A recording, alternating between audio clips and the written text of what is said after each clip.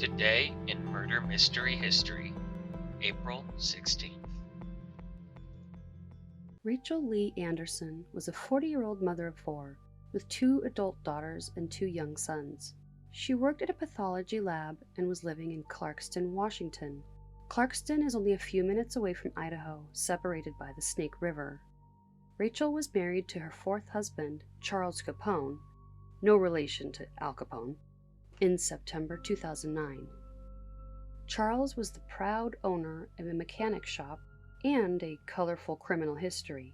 Charles' previous run-ins with the law included armed robbery, felony theft, bank larceny, and burglary. In 1997, he threatened a Moscow, Idaho doctor, telling her that he'd break into her home and do unmentionable things to her and her daughter. In 2006, he threatened his ex-wife with an unknown sharp object. Rachel's daughter Amber told the Idaho Lewiston Tribune, quote, "None of us like him really, we just put up with him. He was rude to the family.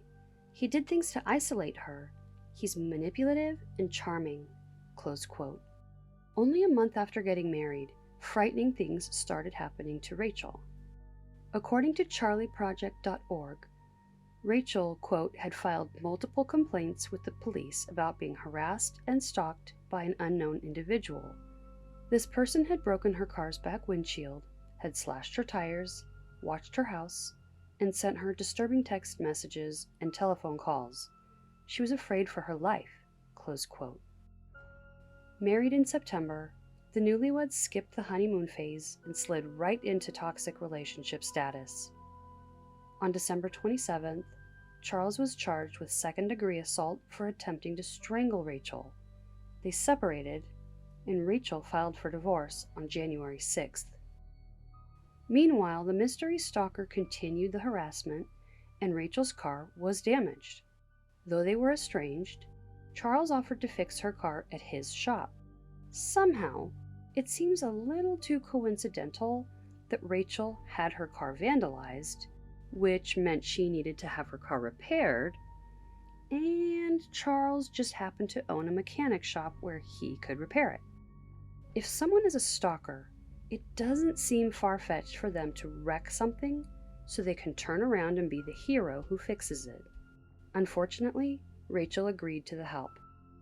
Court documents show that on April 16th, just before 7 p.m., Rachel spoke with Captain Halley at the Asotin Sheriff's Office about her ongoing stalking.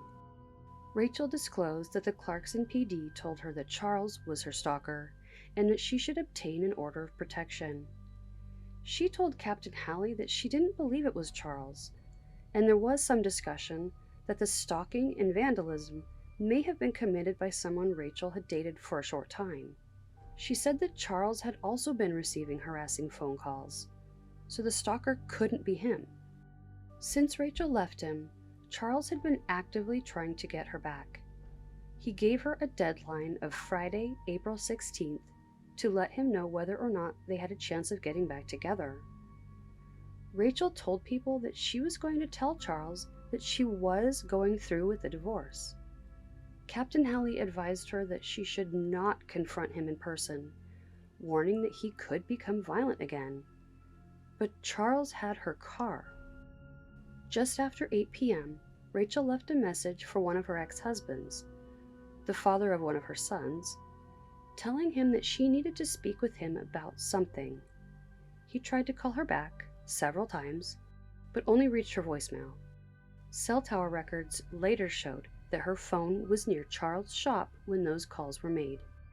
Rachel drove a borrowed GMC Yukon to Charles' shop to check on the repair status of her car and to tell him that she was done with him. Rachel was never seen again. A witness, Tim Fountain, later testified that he was outside in a neighboring yard on the evening of April 16th. Tim was playing with his dog and was close enough to see and hear some things, but was too far away to make out details. He testified that he saw a vehicle skid to a stop in front of Charles' shop. He saw Charles standing outside when a woman got out of her vehicle and screamed at him, flailing her arms, getting in his face.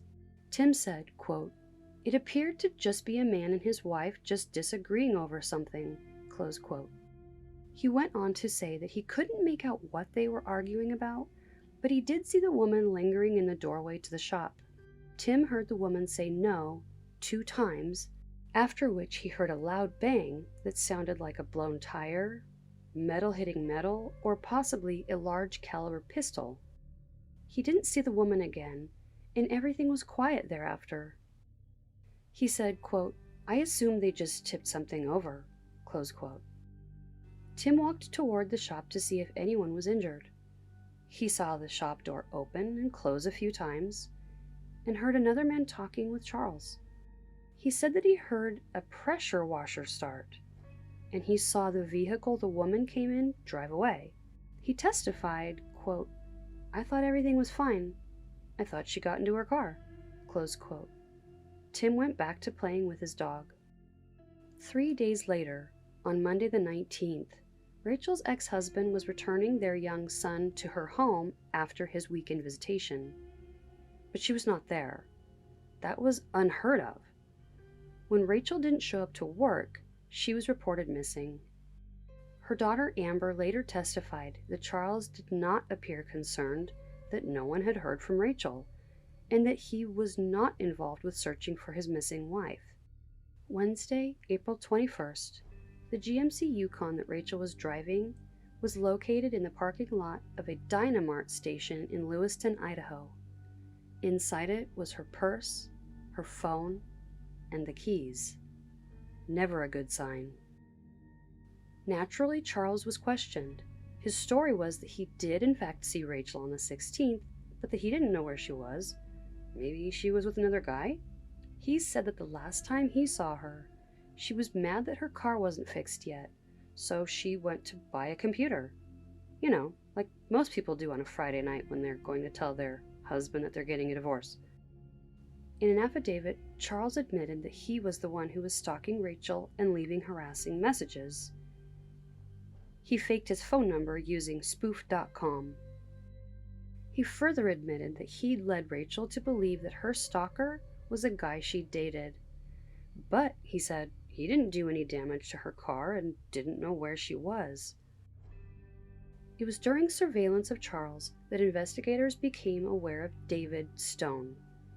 In all of the conversations that police had with Charles about what happened the night of April 16th, the name David Stone had never come up. David told police that he'd brought his car there around 4 p.m. and that Rachel arrived at 5 p.m. That misaligned timing and other easily debunked lies led police to focus on David along with Charles. May 6th, Charles was arrested for unlawful possession of a firearm since he was a felon.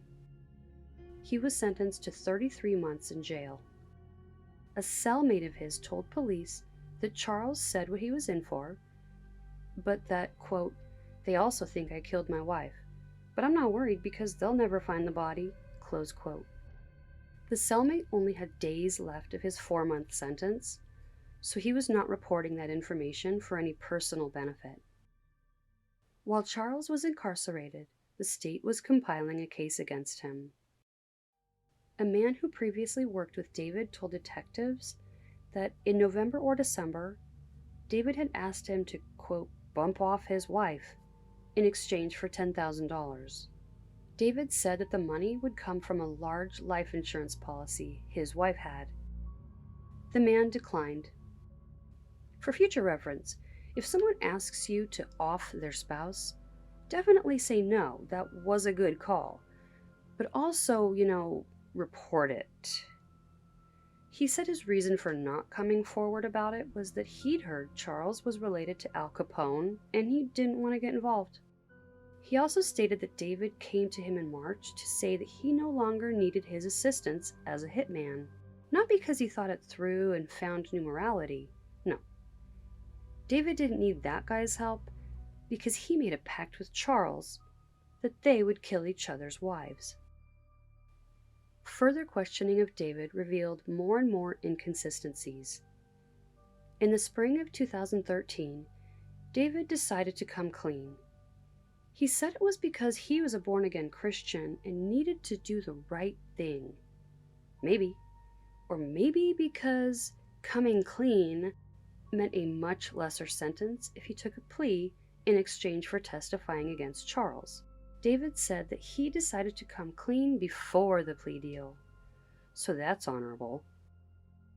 May 1st, 2013, Charles was charged with first-degree murder, conspiracy to commit murder, failure to notify a coroner or law enforcement officer about a death, and conspiracy to commit failure to notify a coroner or law enforcement about a death.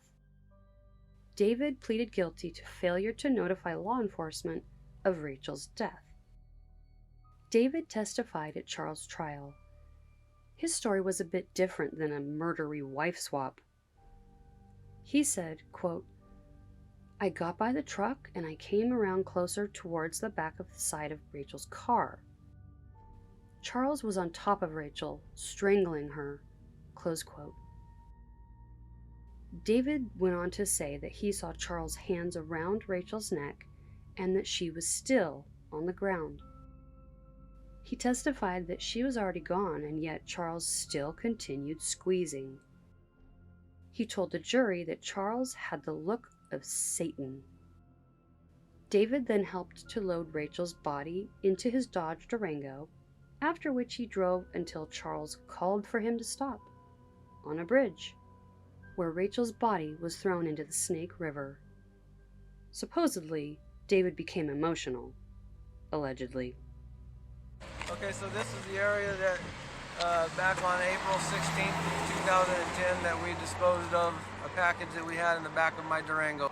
I drove here from Charles Capone's shop at approximately 10:30 or 11 p.m. that evening. Originally, like I told the officers when we came, this was the second trip down here to Lewiston, Clarkston area. The first one was when we parked the Yukon at the Dynamart, which we were just at. We originally came here on the second trip down. We came from behind. We went all the way over this bridge.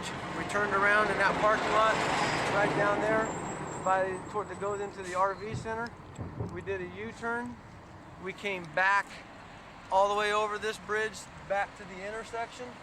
We did a U-turn at that intersection, and then we came back here, and we're approaching the area that we're in right now. And this is where, as I was driving, Charles told me, "Stop." I stopped, he jumped out, I got out. I got around to the back of the car. He already had the back of the car opened up. He was pulling the package out, and I assisted him, and we proceeded to the side of the tram wall here and threw the package over the side.